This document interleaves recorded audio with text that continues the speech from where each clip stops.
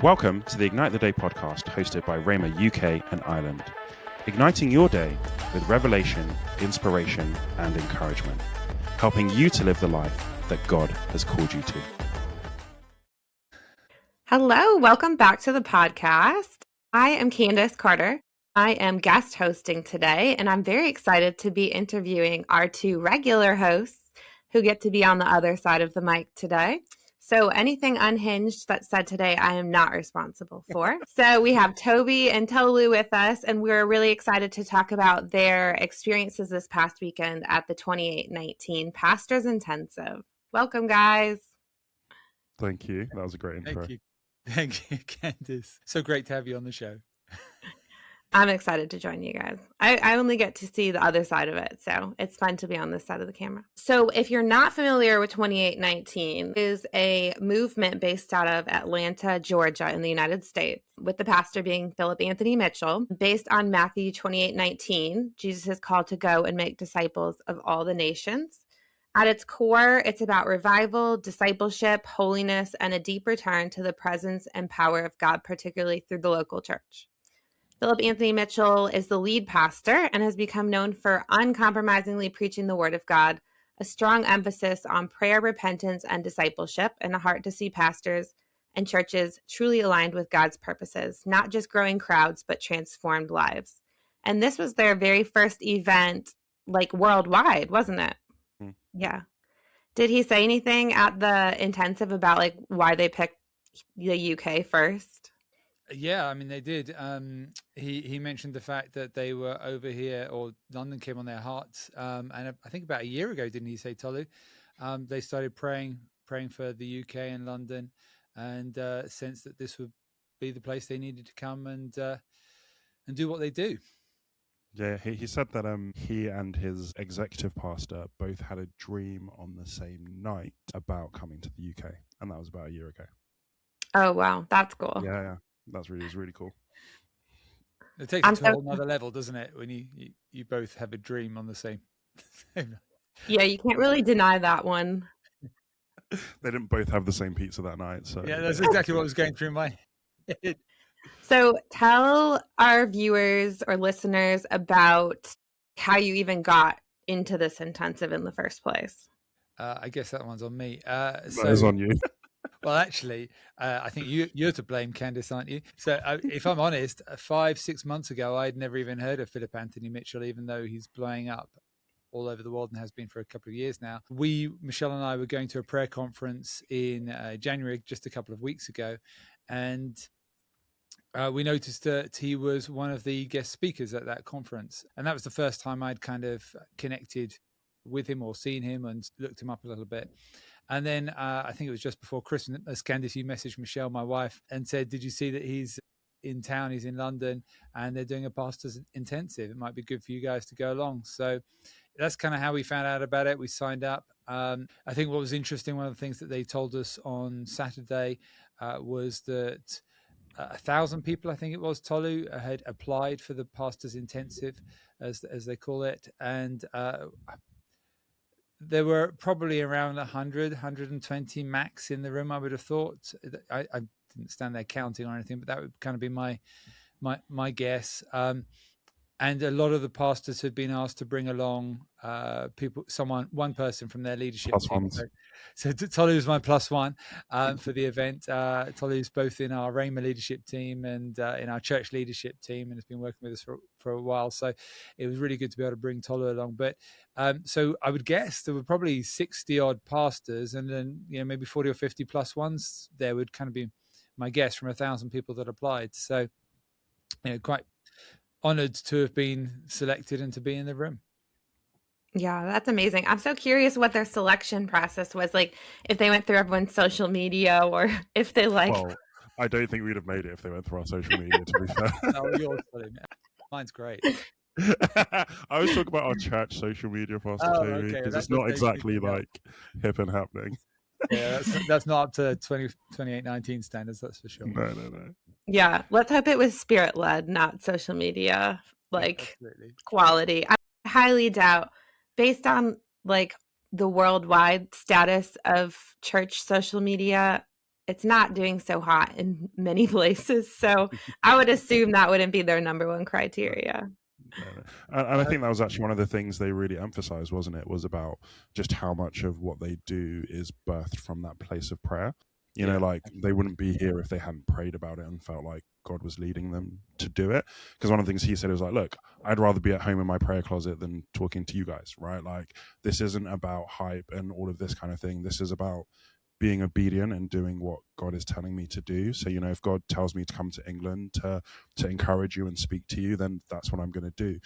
And one of the things that I actually really liked was he was, you know, someone had asked him, someone like, you know, what's your vision for the UK? And he was like, I'm not here to be anybody's savior. Like, I'm here to come alongside the work that people are already doing in that country, encourage people, be a co-laborer. Like, it was a really collaborative thing. And that really stood out for me, actually, because I think sometimes as English people, when we're interacting with Americans, we think of like, you know, kind of like paratroopers like coming in to like help and then leave. But he was like, no, this is like, I want a long-term partnership. We're co-laboring. It was really collaborative, actually. And that for me was actually really cool.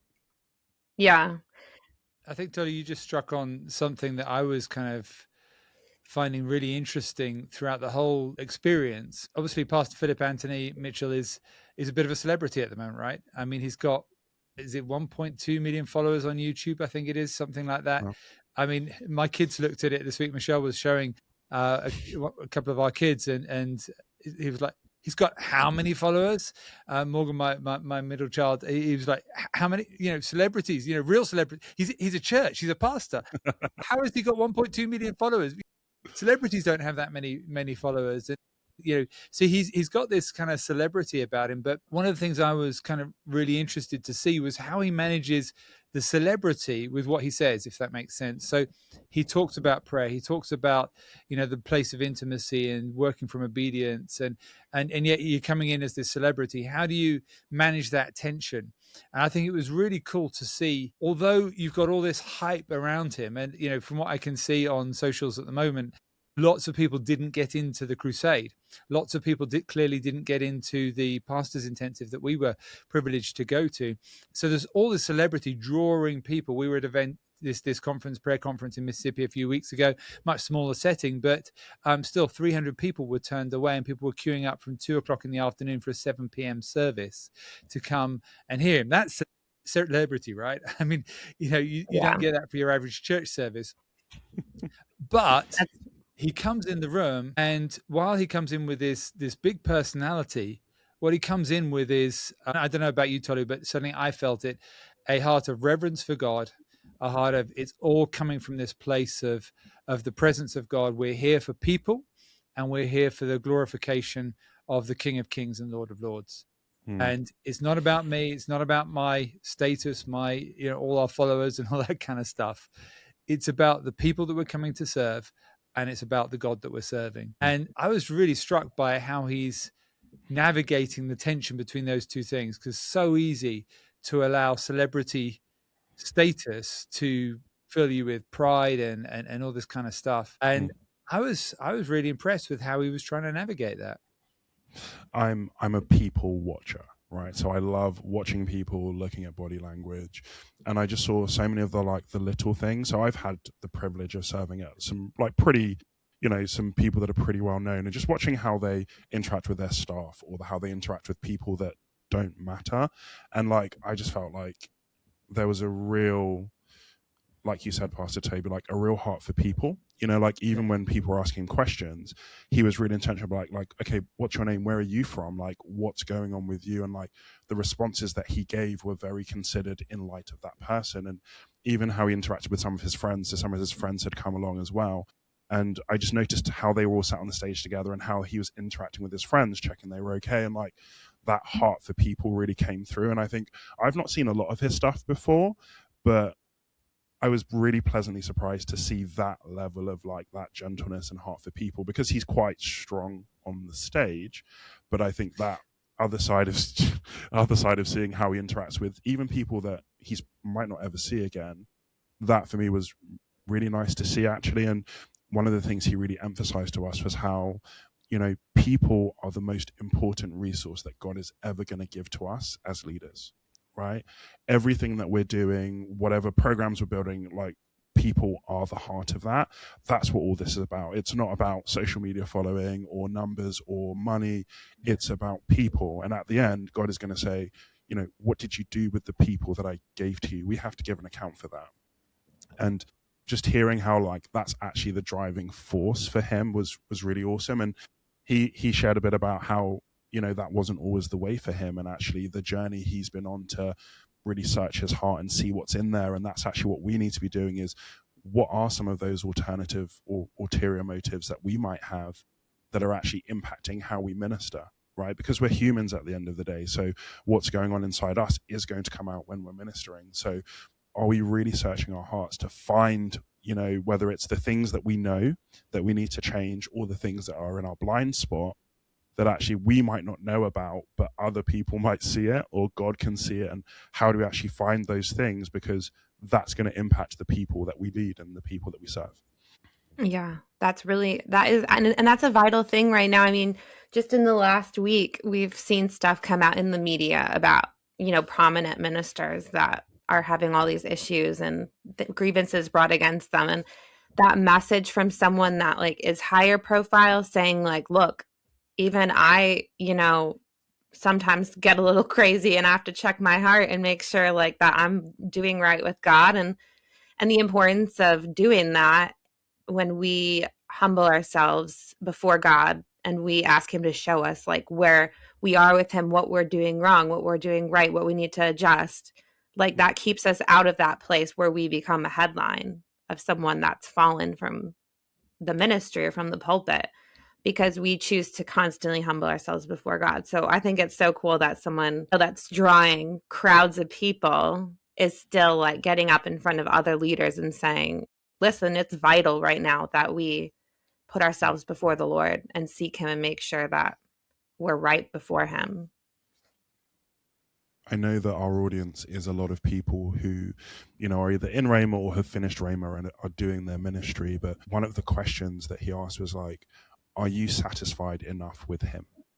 Right? You know, if nothing else changes, if your ministry doesn't grow, if, you know, nothing happens with your budget, are you satisfied with him? You know, are you just in that place where you are contented in him and him alone? The things of this world, as, you know, alluring as they are, like, that's not what should be satisfying or driving us. Like, are we genuinely satisfied with him? And he was talking about how sometimes we obsess over things like how to grow our church, and those can become idols for us if we're not just satisfied enough with him. And he was basically saying how he got to a point where he just surrendered it all and said, God, like, I just want to be satisfied with you. And actually after that is when everything started happening, because he'd let go of the obsession, he'd let go of, like, putting those things on a pedestal, and he was just focused on being satisfied in him. And that was a big challenge that he gave to us. I think it's just sort of following up on that a little bit. I think the tone that they set for the whole morning. So we were in there, I mean, you know, got there and had coffee and tea and whatever. And then it started at 10 o'clock. And I think we were there till about 1:30, I want to say, something like that, Tolu. It was a long morning. It definitely overran from where they'd intended, partly because of the questions that were being asked, and then wanting to kind of give good answers and make sure everyone had an opportunity to ask questions at the end and things like that. But coming in, the tone set that, you know, they kicked off with worship. And I've been to kind of ministers' events and just church events and conferences, and you know, it's you know, most of them will have worship at the beginning. Well, they kicked off with prayer, actually, I should say, before they even went into the worship. So first we prayed. Some of their prayer team came in and led on prayer, opened up the service, and then they had worship. And there's this constant focus on prayer and worship. And I mean, when he came in a while after worship started, and, you know, a bit like Tolu, I tend to watch people a little bit, but he came in, and a few seconds after he'd come in a corner by himself, no one looking, he kneels down at a chair and prays. A couple of his prayer team lay hands on him and pray with him. And I think that's regular practice for him. That's what he does. He certainly did that at the conference we were at in Mississippi a few weeks ago. So he's prayerful. His team are prayerful. They come in, they do worship. Other conferences I've been to, you know, if you're lucky, you do 15, 20 minutes of worship. I don't know, we were probably there for 50 minutes to an hour. And he led probably the last 10 or 15 minutes of that. So even after he took his mic kind of thing, he took us further in and challenged us to go further and challenged us to press into the presence of God, to lift our voices and to worship God and to press, it was a room full of male pastors and senior leaders from churches. And he's basically telling us, you men, you don't worship God like you need to worship God. You need to get in, you need to press in, you need to push in. How can you possibly lead people in worship? How can you possibly lead your churches if you want to worship yourself, if you want to pray yourself? And I think that, that set the whole tone. So the first hour of what was supposed to be about 3 hours ended up being 3.5 to 4 hours, I guess, was basically worship and prayer. And then, there was no, they mentioned it several times. You're not going to hear metrics today. You're not going to hear messages on numbers and how to grow your church or any of these kinds of things. We didn't hear any of that. And that's typically what you'll get if you get a bunch of pastors together is, what's the latest program you've got running? What's the latest system you're doing? How do you do follow-up? How do you do this? And how do you do that? What process? And all those things are important, but that's not what you're getting from these guys. So do you know what? I never heard of a pastoral intensive, right? And one of the things that, we've all been to pastoral intensives before, and I was like, I didn't even know this was a thing. Like, I had no idea what I was coming to, right? But I think it's like more of a done thing in America, but like, we don't have pastoral intensives. Like, it's, but what I really felt like was it was like a pastoral moment for pastors and leaders. Right? So this was a place for us to be filled, and us to be poured into, because even just hearing some of the questions that people had on the day, like it's not easy being a leader. People are going through some real tough things. And I think, we're quite fortunate in RHEMA because we have quite a lot of mature people, same with our church as well, Pastor Toby. We've got quite a lot of mature believers, but there are people who are like, they're really in the trenches, and there were people crying, and there were people really like getting their hearts healed. It was just, it was an amazing like pastoral moment for leaders and pastors, and that was really what they came to do. Like Pastor Toby said, it wasn't just about, okay, here's how you grow the numbers of your church. It's like, actually, how is your heart doing? What is going on in the hidden place of your heart that you might need to be working through and having the opportunity to be accountable. It was actually really, really special. I went in not having any idea what was about to happen. That's really cool. I love that. What would you say, like, the overall vibe was of the people that were coming, like the types of questions being asked, not to divulge, questions that were asked at the event, but more of like, was there an overarching theme of like things that pastors in the UK are looking for advice on? What do you think, Tolly? I don't know if there was. I think some of it was dealing with church leadership, actually, and like when you feel like God is telling you to do something and actually maybe other people don't agree, how do you navigate that? That seemed to come up quite a bit, actually. Some people just talking even about like, how do you get over that thing of being obsessed with metrics, right? Like, actually, the way I grew up, or the way they were saying like the way that they grew up was seeing the outward success of pastors and bishops and leaders, and not knowing that actually that's not how success is defined, because we can't see some of those hidden things. So actually, how do I know that I'm genuinely just seeking after God and not seeking after those things, even though I'm trying to make that decision? Like, there was some really some really deep questions that kept coming up like that. But it's really things that probably most leaders at some point have thought about. There was something that everybody could relate to there. And that's also why it's really powerful, right? Is because it's the things that we think but might never ask out loud. Yeah. Sometimes it helps just to hear someone else ask the question that's in the back of your head to know that you're not crazy. Yeah, 100%. Yeah. Is there anyone's question that stood out to you guys, either of you, where you were like, oh my gosh, I was wondering the same thing? Not so much for me, because I think that most of the questions were quite personal to the particular situation that individual was talking about. So how do I deal with a particular situation? So nothing particularly jumped out at me. I think one of my reflections is not so much about the response, but a number of the questions were perhaps, I don't know, Tolly, correct me on this if you don't agree, but I think some of the questions were perhaps reflective of a need for greater leadership development. So some potentially quite experienced pastors, probably very experienced in things of theology and preaching a great message and caring for their flocks and stuff, but there was some key, I thought, leadership and even management questions that came through, that my reflection, with a sort of RHEMA hat on and thinking about developing leaders for the future and things like that, I'm kind of like, actually, I'm surprised you didn't know the answer to that. And I don't mean that disparagingly, but it's in that kind of space of, actually, maybe there's some things we can do at RHEMA to help some of these guys in some of these areas. I don't know what you do think, Tolu. Do you know what? I think it's actually very right, but I think it's a similar problem that we see in like the corporate world, right? Like, generally, you're really good at your job, right? So what happens? You get promoted, right? And you're good at that job, and then you get promoted, but you're never really taught leadership, right? Yeah. In most things, you've got people who are leading big, and they've never really been taught leadership.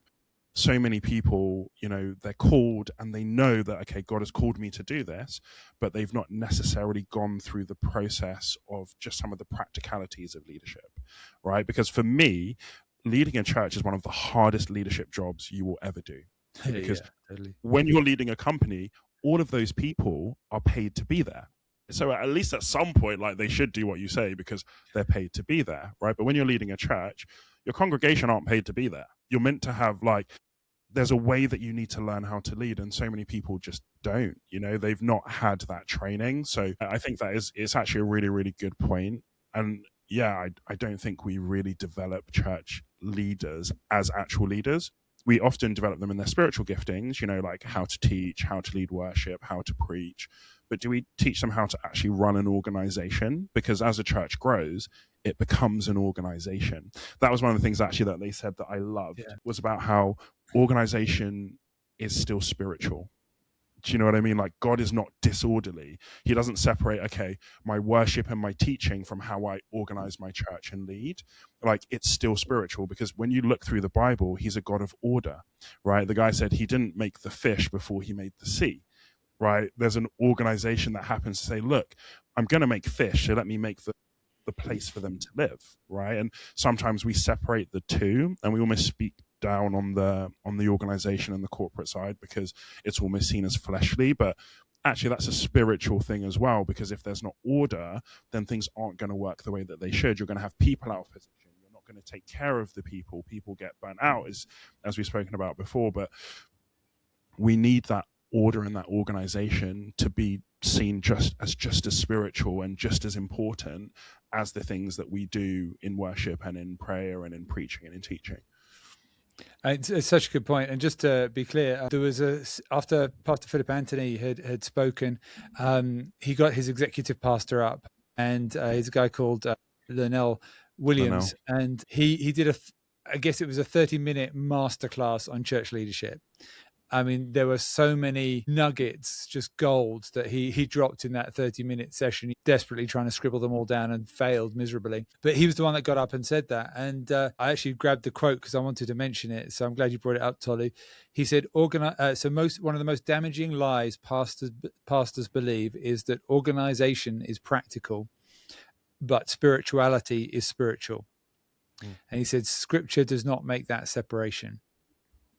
I'll say that again. One of the most damaging lies pastors believe is this, that organization is practical, but spirituality is spiritual. And he said, Scripture does not make that separation. And when you think about it, it's fascinating. You look at Nehemiah rebuilding the temple. You look at the example Tolu just gave of God creating the sea before he created the fish. You think about Paul, and he said, I'm a wise master builder.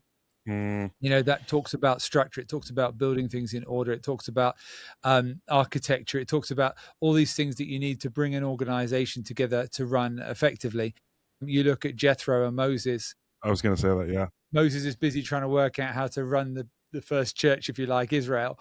And he's killing himself in the process. His father-in-law comes along, Jethro, and says, you're going to kill yourself. You're going to wear yourself into the ground. Stop being so stupid. You need to put some order in. You need to delegate some things. You need to create some leadership structures. You need to create some organization. And that was spiritual. It was needed for the health of Moses, and it was needed for the health of Israel. and it's not one or the other. It's the health of both. And so I think that sort of idea that organization can and should be spiritual is really powerful. But I'd also kind of reflect that Brother Hagin always used to say, you know, there's two ditches, one on either side of the road, and you try and stay in the middle of the road. And I think human nature often has us trying to get in a ditch on one side or the other. Yeah. And we see organizations, Christian organizations, go way into the ditch on spirituality, and they forget to organize themselves. On the flip side of that, we see organizations go way into the ditch on organizational structures, leadership and management, all this kind of great stuff. They're chasing metrics and how many people came on Sunday and how much money came in, and if it's £1 less than last month, we're in trouble, and all this kind of stuff. And they've completely missed the spiritual side of it. And the reality is an effective organization is one that's walking down the middle of the road. Nice. And it's got an arm in the spirit, a hand on the spiritual, and it's got a hand on the natural. Pastor Hagin, he has this statement which stuck with me since I first heard it 30 odd years ago, that says the natural and the supernatural working together make an explosive force for God. And I think this is just organizational structures in Christianity. I think is just a great example of that. You need the natural structures. You need leaders. You need managers. You need people that are going to go do the work. You need the processes for onboarding new believers and discipling people and doing follow-up when you've got guests come to church. You know, all these kinds of things. You need to train people in theology and equip them to go and preach the gospel and do the things that they're supposed to do on the spiritual side. But just as spiritual, if you like, is the natural side. You need the structures, and you've got to, if you bring both together, you can do something really amazing for God. And I think that's got to be one of the things that we strive to do. But often there's a tension between the two, and I think, you know, it's how we manage that tension, how we avoid falling into the ditch on one side or the other, that is really, really important. But recognizing that there is a tension is the first step to managing that tension. And that then helps you start to walk down the middle of the road and keep a hand on both the supernatural and the natural. And I think it's that thing of like, let's not do corporate the way that the world does corporate, right? And I think we've had this conversation before, Pastor Toby, where like the things that work well in corporate are actually godly principles, right? Yeah. Anything that works well in corporate is really a godly principle, right? How we're meant to take care of our people, how we're meant to be organized, like they're all godly principles. Sometimes corporate takes it too far, right? Where you become greedy after money and then you're firing people from, like, that's not what we're talking about. But actually, like, we need to be following those godly principles in love as well, right? Because that's the other ditch, right? Is you become so corporate that you become ruthless. That's not what we're talking about either. One of the guys gave a really like interesting example for me. He was like, look, I will fire you, but then take you out to lunch as well, right? And he's saying, look, if actually spiritually you're on our staff, but you're not doing the things you're meant to be doing, you're going to have to leave our staff, but you're not like dead to me. It's not that I don't care about you. That's what I've had to do, because actually guarding the flock is really important, but I will still love on you. I will still be friends with you. I will still pastor you through that thing. And that was also one of the other things actually for me, was that how seriously they take the spiritual walk of people that are leading in their churches. Yeah. Right. Because he said something really interesting at the beginning, didn't he? He said the devil isn't the biggest threat to a congregation. Actually, the pulpit is the biggest threat to the congregation, because he said, I think it was Paul that he said, he didn't say, I'm scared that when I leave, the devil will come and get you. He said, I'm scared for wolves in sheep's clothing coming to you after I leave and giving you bad doctrine. So, how seriously we actually need to take who is leading in our ministries, and not just what they do with their talents and their gifts, but what are they doing with their character and their integrity? Because we've all seen it, right? Where actually, well, we might have not all seen it, but I'm sure lots of people have seen it, where maybe the worship leader is doing things that they shouldn't be doing, or someone who's in a leadership position is stealing or whatever it is, and they don't have to leave their position because of their talent and their gift. But they're saying, no, you can't be compromising on that. And that's where that comment about, look, I will fire you if I have to, but I'll also take you out to lunch straight after. Like, if I need to protect the church, I will protect the church. But that doesn't mean that now you're dead to me and, that's it. I will still love on you. And that for me is that real balance of like what you need to do for the organization and the church and the spiritual health of the flock, but also being that love and that encouragement alongside.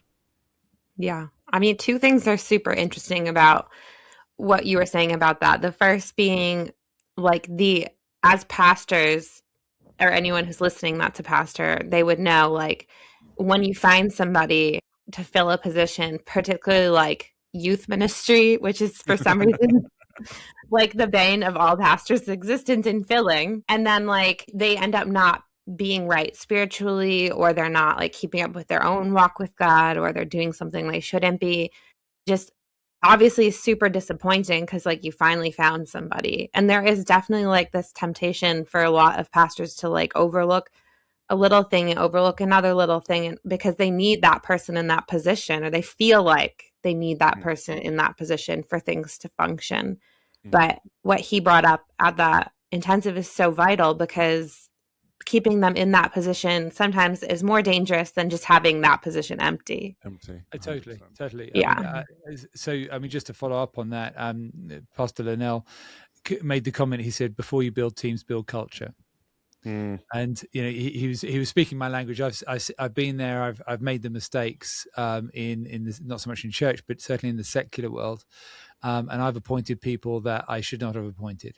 I put people in place because they've had the skills, the abilities, everything on paper, but they were not a team fit and they were not a culture fit to the organization. They caused damage that took several years to fix in the, both in the moving the organization forward, what I was trying to do and what I was trying to build, but also in the individuals in the teams. They hurt people. They caused damage along the way. And so before you build teams, build culture. And he made this point. He said, culture's not written on the website. Culture answers questions that your policies never will. You can write anything in a policy. It doesn't mean that people are going to live by them, right? Whoever reads policies. I do, of course, honest. Policies are important. You should read them. Side note. You don't, do you? I mean, that's just the reality. You read it when you need to read it. You don't read it, it's not. Anyway, get off that. But what he said is culture is what gets celebrated, is what gets corrected, and it's what gets tolerated. And I thought those were three really powerful statements. Culture is what gets celebrated. It's what gets corrected, and it's what gets tolerated. And so it kind of leaves you going away saying, okay, what am I celebrating in my organization? What am I correcting, and what am I tolerating in my organization? And oftentimes we tolerate an awful lot of stuff. And to your point, Tolu and Kandyse, you allow the youth pastor to get away with some stuff because you are so desperate for a youth pastor.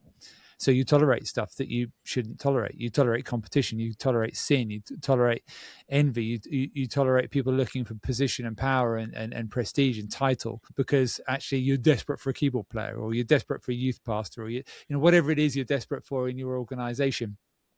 And the reality is, I laugh because Pastor Philip, he said at one stage within their church, God had dealt with him about some of this stuff, and he came back and he realized that every single member of his worship team had sin in their lives, and he fired the lot on one day. And oh my God, I mean, that's pretty brave, right? He fired the whole team on one day. And I don't know how long ago this was or anything, but he said then his sister led worship for a year from tracks. So his sister up the front by herself leading worship from tracks. And that doesn't stop the anointing being there. And it made me think, because for several years at church, it's only in more recently, in the last year and a half or so, I suppose, that we've had musicians. We led from tracks, and we might have had two Not people. Because we had to fire everyone, though. We didn't have to fire anyone. Yeah, I just to make that really clear. We didn't have to fire anyone, but we just didn't have the musicians. We didn't have the people in the church, so we led from tracks. And so it made me chuckle, because I'm like, yeah. And you know what? You can play tracks and you can sing to them. And if the heart to write, the anointing comes into that place. The power of God comes into that place. You get into the presence of God and lives are changed. It's more important that you get the sin out. It's more important that you have the right attitudes and the right culture and the right people leading who have got a heart after worship and a heart after moving into the presence of God than it is whether you have a super talented keyboard player or you're playing from a track. Yeah, we definitely need more church leaders leading from these big churches and leading from these little churches, but all of them, coming out and saying that walking in holiness and submission to God, whatever that looks like, whether it means leading by tracks and firing your whole worship team, or having a vacancy on your staff for 6 months because the Lord hasn't spoken to you that the right applicants come along, like that. It's worth it to sit in that discomfort as long as you know you're being obedient to God than it is to just go and do the opposite. I mean, Jesus never said to us that, that having the best worship team in the world is going to get you rewards in heaven. That's true. He never said, being the next Hillsong or the next Elevation or, whoever is going to get you some reward in heaven. What did he tell us? Faithfulness. Mm-hmm. Faithfulness. What's he going to ask us? Have you been faithful with what I give you? What did you do with the talent I gave you? What did you do with the life I gave you? Have you done what I told you to do? And I think that was kind of the point of Pastor Philip's message for the pastors there that day. Was his first point was stop obsessing on outcomes. And we look at the outcome, whether that outcome is the number of people, the size of our church, the amount of money we've got coming through, the title that I carry, the suit that I wear, the car that I drive, the house that I live in, or whether it's the quality of my worship team or whatever. So often in the church world, we have become, and I think this is one of the things I like about Pastor Philip, is that he's challenging some of these norms that have been established in the church worldwide. We are looking at this kind of celebrity church culture, and we are saying that success is actually if I have a live stream that's as good as Elevation, or I have a church building that's as great as Victory in Tulsa, or one of these places, or I have a building that's as big as RHEMA, or and we kind of do this comparison, whether it's the worship team or the people, or the numbers or the buildings or whatever it is. And we kind of say that's how church is supposed to look. Well, what do we see the most on social media? We see the big churches. Why? Because they can afford it. They've got the professional crews. They've got the professional media teams and so on and so forth. And I'm not criticizing those big churches, but the average size of a church in the UK and the US is like 50 or something. It's tiny, right? They're not going to have that sort of quality of production that you can have in a church that's got 10,000 people. Mm-hmm. So it's really interesting, but we've normalized that because of social media has really hurt us, and it's kind of just you have these influencers on social media. My kids are like trying to wear the latest jacket or shoes or whatever because they see this influencer on social media. We're doing the same in the church world. Mm-hmm. If Stephen Furtick's our favorite influencer on social media, or whoever else, I can't remember the name of half these people because I follow them, but if we're following whoever, Bethel or Victory or Elevation or Word of Life or RHEMA or whoever it is on social media, and we're making them our standard, we're just chasing outcomes. We're chasing things that aren't what God's told us to do. I think that's not faithfulness. Yeah. Where's our heart in it? What's God told you as a pastor to do? It doesn't matter if there's 100 people there, or there's 500 people there, or there's 10 people there, or there's 1,000 people there. He's not looking at that. Are you doing what he told you to do? Are you where he told you to be? Are you saying what he told you to say? That's what he's going to ask when we stand in front of the pearly gates one day. Not how big was your church or how great was your worship team. Did you disciple those people I gave you? Sorry, Tolly. No. I've got a bit of a lag, so I didn't know if you were finished talking. I think also we often want the outputs and the outcomes, but we don't want the inputs and what people did to get there, right? So we look at, people that have grown their churches, but it's like, you don't know the journey that they had to take to get there, right? Are you willing to put in the work and the time and the pain and whatever it is that they put in to get there? And is that what God has called you to do? Like, if that's not your calling, that's not your calling, that's okay. But are you being faithful and doing the work and the things that God has called you to do? Because those outcomes, you don't know why God is asking you to do what he's asking you to do. It might not be so that you can have 5,000 people in your church. It might be so that you can inspire one person who has 5,000 people in their church. Like, at the end of the day, that 5,000 is still part of your harvest, that's still part of your contribution to the kingdom. We were talking about it, weren't we, Pastor Toby, about one sows, another waters. It's God that brings the increase. And that's one of the things he said, right, is that some of you are obsessing over outcomes that are actually sovereign, right? Like, it's not down to you how many people come to your church that day. Like he said, you can't wake someone up from their bed and get them to come to your church. Like, that's a sovereign thing. That's not even for you to be thinking about. What you need to be thinking about is, am I being obedient? Those outcomes are sovereign. am I being obedient to what I've been told and what I can do today? So yeah, I think sometimes we just need to be careful about wanting things that people have without even knowing what they did to get them.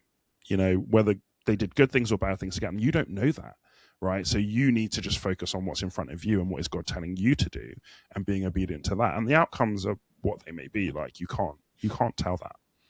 That's so good, Tolu. I love that. Yeah, that's really good.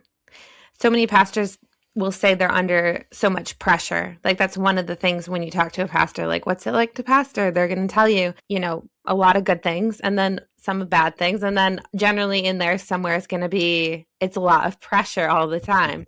But I feel like so much of the pressure we put on ourselves by not allowing God to just be sovereign in that process, by like thinking through how can I get, you know, the people down the street to wake up and come to my church tomorrow morning instead of pouring more of that time and effort into seeking the Lord on our knees and in prayer and in the spirit and in worship, then, you know, using that mental space to try to think through like all the human ways we might be able to manipulate things.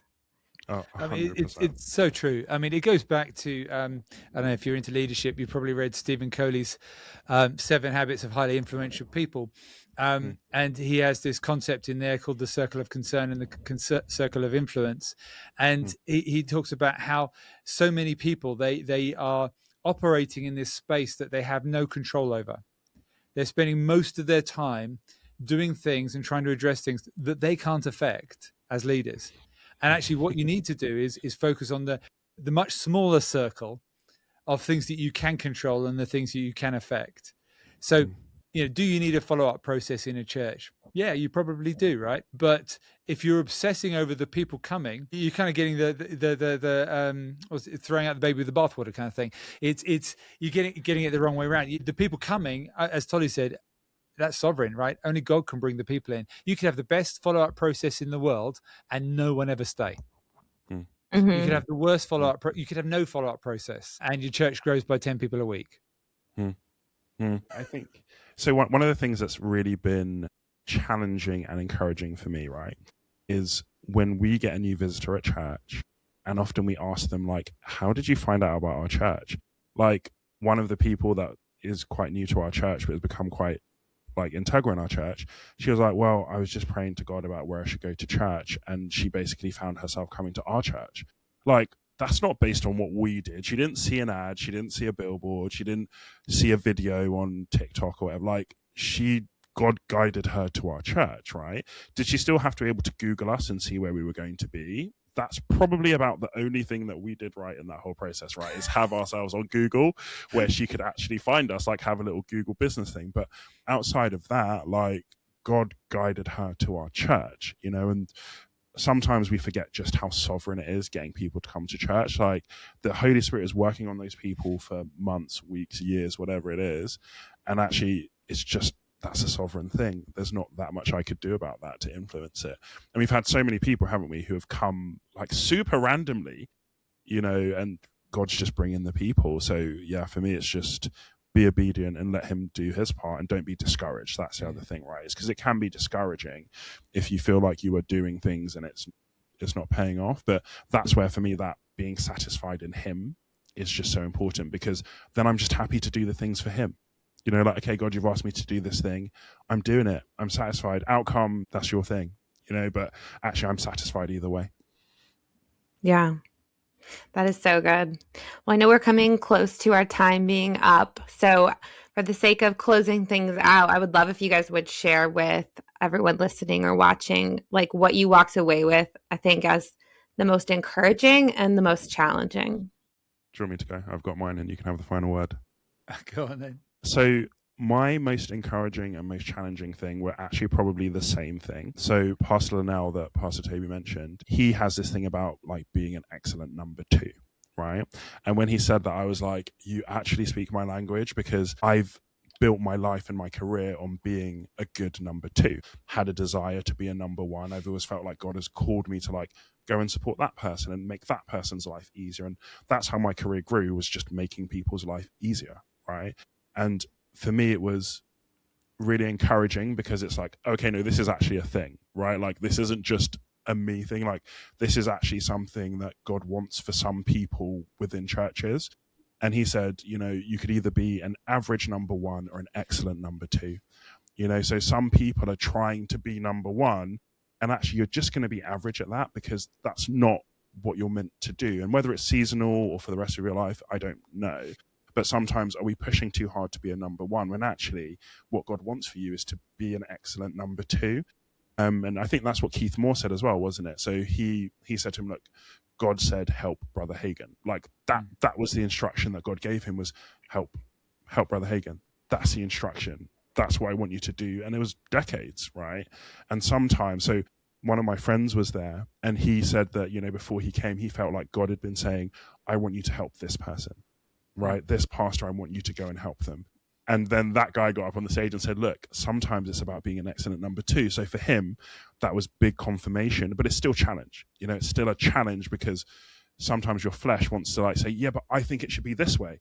Mm-hmm. And what the guy said that I loved is, he said he's got this mantra, which is like, it's not my church, right? So sometimes as a number two or whatever number, you're going to put forward suggestions, and the pastor's going to be like, no, I don't want to do it. And it's like, are you going to get bitter? Are you going to get angry? Are you going to be like, yo, it's not my church. Like, I've made the suggestion, I've made the option known, but God gave you the vision for the church. He's going to ask you, what did you do with the church? He's not going to ask me that on behalf of Pastor Toby. He's not going to say, oh, what did you do with... No, like, that's on Pastor Toby. So all I can do is make suggestions and be cool with the outcome. It comes back to outcomes, you know? It's not my church. It's not my church. And I hope you can satisfy, like, I will make suggestions, I'll challenge a little bit. But if you say no, I'm going to be like, cool. So we were taught this thing, disagree and commit, right? So, okay, I don't agree with you that this is the right way to go, but you've said this is where we're going. So now I'm committed to making that as successful as I can make it, because you're the pastor and you said that's where we're going, right? I don't have to always agree. That's why we have submission. Like, it's not submission if you agree, right? Like, it's just not. So that for me was the most encouraging thing, that like, being an excellent number two is valuable, but also challenging, because you have to put your flesh down and go with someone else's thing, and it's not your church. Like, that's okay. Yeah, that is so good. Really Toby, good. what about you? I think there's I was thinking about this earlier a little bit, and there's three words that came to me when I was thinking about it: the word intensity, galvanizing, and the word obedience. And so I think, you know, Pastor Philip brings an intensity that I'm not sure many Christian leaders are bringing at the moment, and I think that it's needed in the church. I think there's a pressure that we need to apply to the church. The church, by and large, I think we've become too complacent. We are not pushing hard enough in the right ways. Back to that sort of, we're pushing for celebrity rather than pushing for souls, and not just to see converts, but to see disciples made. So I think there's an intensity, so a real challenge to, and I don't know whether these are challenges or encouragements or whatever, but I think there's a real challenge to find a new level of intensity.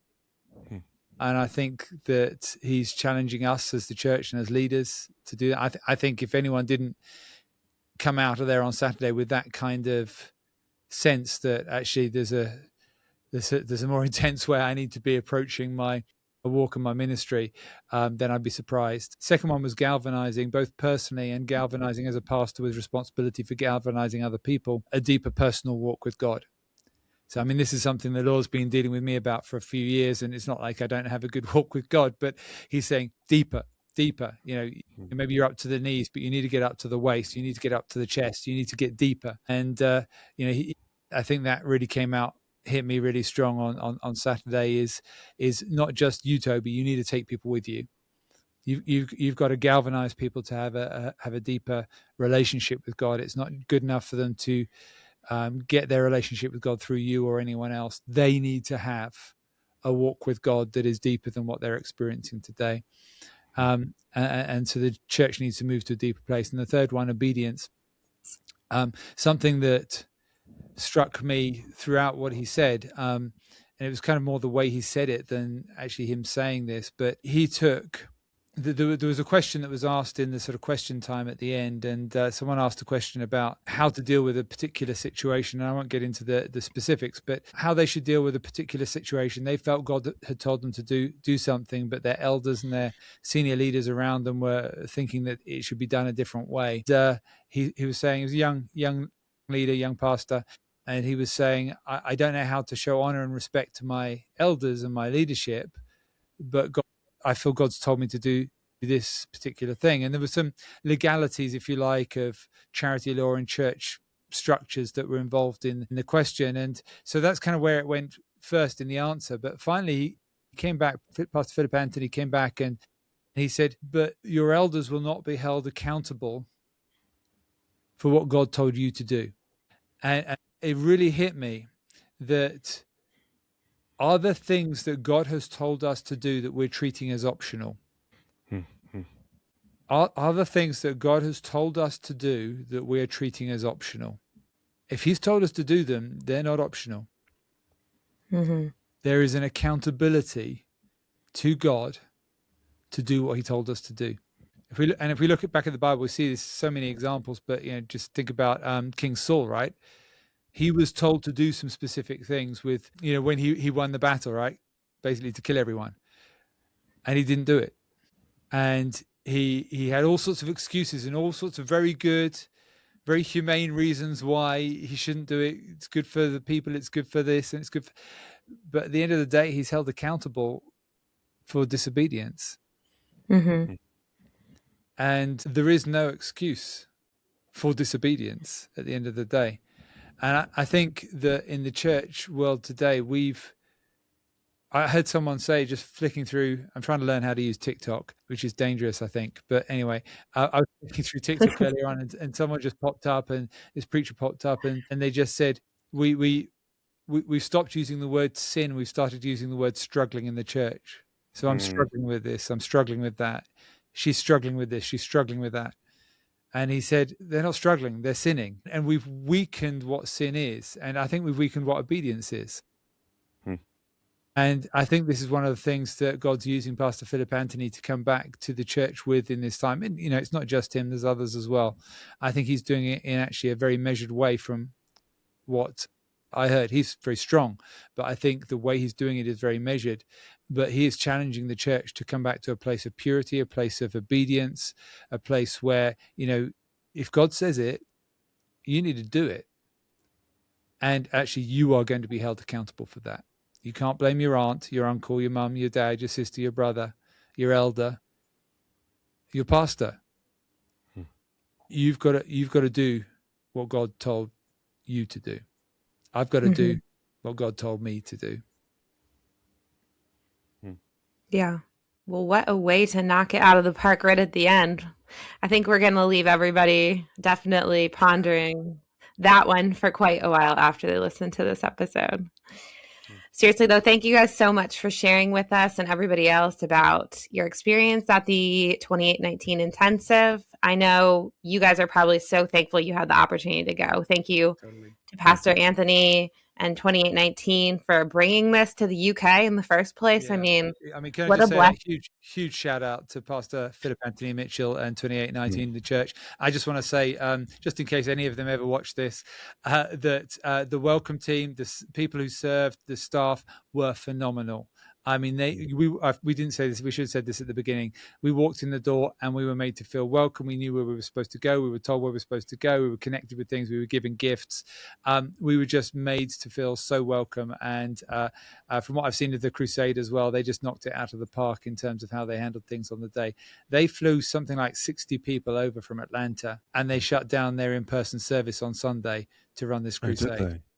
Yeah. They just had online only on Sunday. I only noticed after the fact, but that's how And much they're invested as a church in London.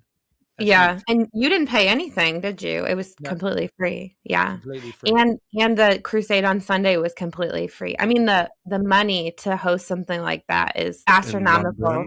In London. What a blessing. What a blessing. Yeah. Appreciate you guys.